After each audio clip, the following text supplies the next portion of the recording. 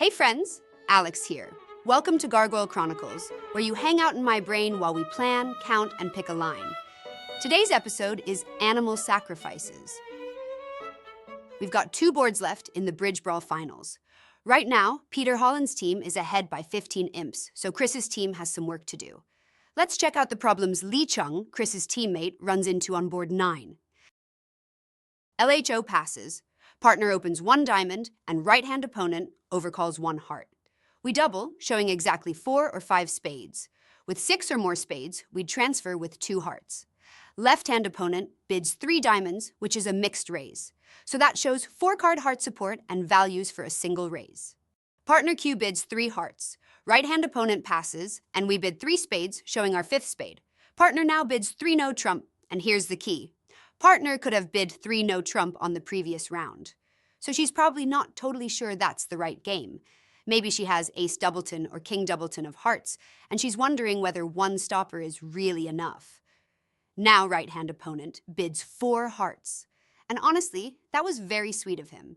He let us show our 5th spade before handing us the actual problem. Very generous. So what do?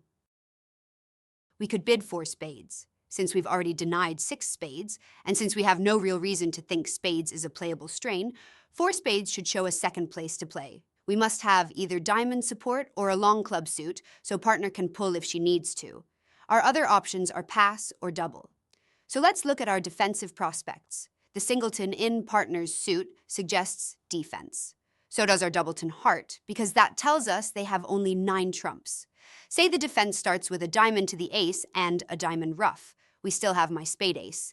And partner has enough in high cards to bid game over our 1-level response, so she probably has a couple of tricks over there too. So down 2 looks likely, and down 3 is definitely possible.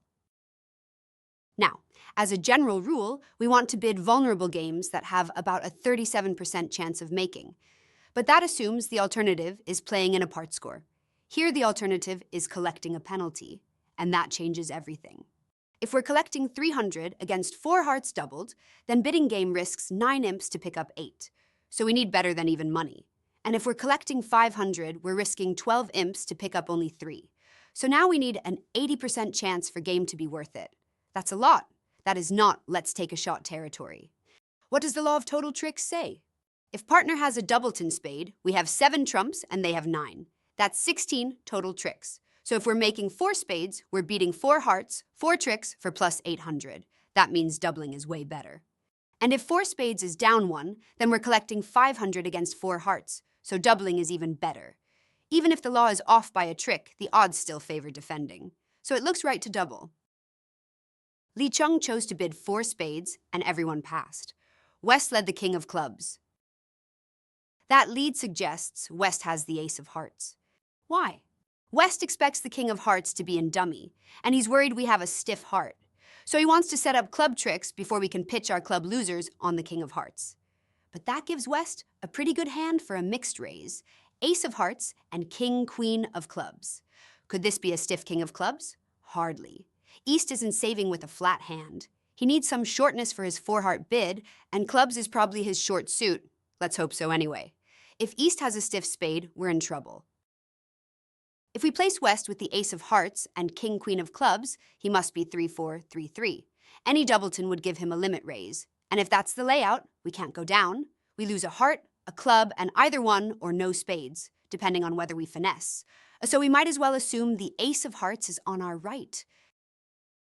Our plan then is to take the club ace. Cash the ace-king of diamonds. Pitch a heart and then tackle spades. Now comes the fun part. What's the best play in the spade suit? If West has queen doubleton or queen third and we finesse, West wins and gives his partner a club ruff. Very rude, very effective. So in that case, we must play king ace. But if West has queen fourth, playing king ace doesn't help. West wins the 3rd spade and taps us. Now we're tapped out and still have to drive the queen of clubs. What if East has the queen of spades? If East has queen third, it doesn't matter what we do. We make whether we finesse or not. But if East has queen fourth, we must finesse. If we play king ace, and then drive out the queen. We get tapped out. So let's summarize. We must cash if West has Queen Doubleton, which is 5 cases, or Queen Third, which is 10 cases, 5 choose 2. We must finesse if East has Queen Fourth, which is also 10 cases. So the odds are 3-2 in favor of cashing. When Philip was commentating, he said he thought Declarer should play King Ace. You probably shouldn't even take the spade finesse, right? Because you don't want to lose to the Queen of Spades and get a club ruff. A club ruff. That's a good point. Good point, but not totally accurate. There's one extra factor Philip forgot to account for. Sorry, boss. West is limited to 9 high card points because of his mixed raise. And we already know 5 of those points, so that makes it less likely he has the Queen of Spades. In other words, the cases don't get equal weight. Tiny little wrinkle, big impact. So how do we account for that? Remember, we've assumed the Ace of Hearts is on our right. If it isn't, then it doesn't matter what we do. So there are 4 red suit honors that can be split between the defenders, and there are 16 possible ways for those cards to be divided. I'm going to toss out the combinations where West has the Queen Jack of Hearts, because honestly, I just can't picture not leading a heart from Queen Jack, since there's no danger of setting up dummies King of Hearts. So that leaves us with 12 combinations. If West has the Queen of Spades, he has at most 2 extra high card points to play with, and only 6 combinations fit that. If West does not have the Queen of Spades, he can have up to 4 high card points, so we get those same 6 combinations, plus 5 more that work, for a total of 11. That means the Queen of Spades is almost twice as likely to be with East as with West. How do we factor that in? We basically throw away about half the cases where West holds the Queen of Spades, 5/11ths to be exact.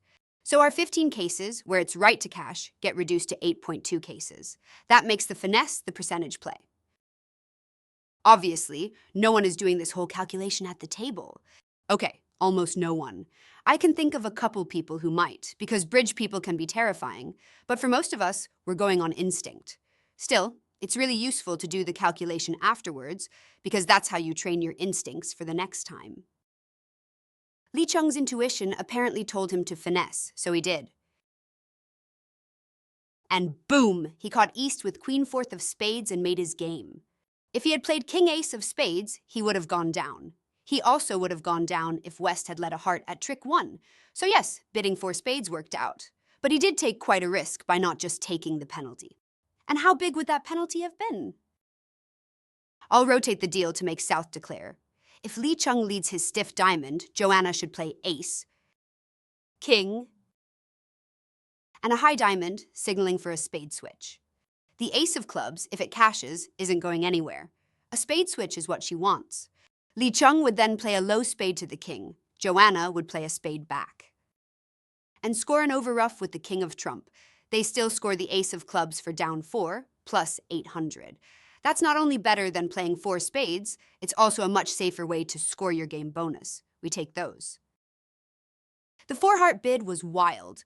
You have 3.5 to 4 playing tricks. Partner should have maybe 3 for the mixed raise, so your expectation in 4 hearts is to go for 500. If their game makes, you're saving only 3 imps, and if their game doesn't make, it's a disaster.